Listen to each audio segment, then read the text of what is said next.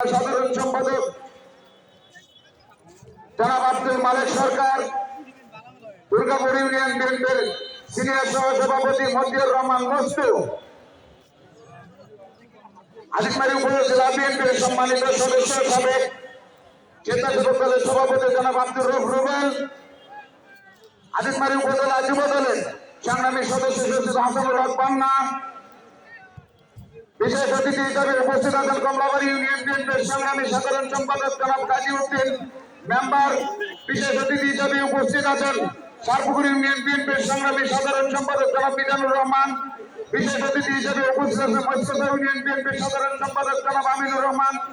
বিশেষ অতিথি হিসেবে উপস্থিত আছেন আদা ইউনিয়ন বিএনপির সংগ্রামী সাধারণ সম্পাদক ইবনে হাবিব কাসুরি চঞ্চল, বিশেষ অতিথি হিসেবে উপস্থিত আছেন পলাশ ইউনিয়ন বিএনপির সংগ্রামী সাধারণ সম্পাদক জনাব আব্দুল মান্নান সরকার, বিশেষ অতিথি হিসেবে উপস্থিত আছেন ছাত্রীবাড়ি ইউনিয়ন বিএনপির সহসভাপতি জনাব শামসুল আলম মিন্টু, বিশেষ অতিথি হিসেবে উপস্থিত আছেন দুর্গাপুর ইউনিয়ন বিএনপির যুগ্ম সাধারণ সম্পাদক ওলিয়ার রহমান,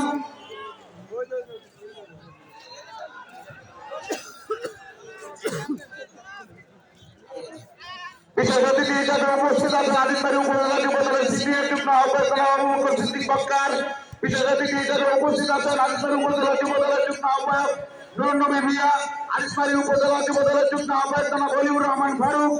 বিশেষ অতিথি হিসেবে উপস্থিত আছেন আদিকমারি উপজেলা স্বেচ্ছাসেবক দলের সংগ্রামী আহ্বায়ক জনাব শাহরিয়ার আলম রনি, বিশেষ অতিথি হিসেবে উপস্থিত আছেন আদিকমারি উপজেলা কৃষক দলের সংগ্রামী আহ্বায়ক জনাব শরীফুল ইসলাম মিটু,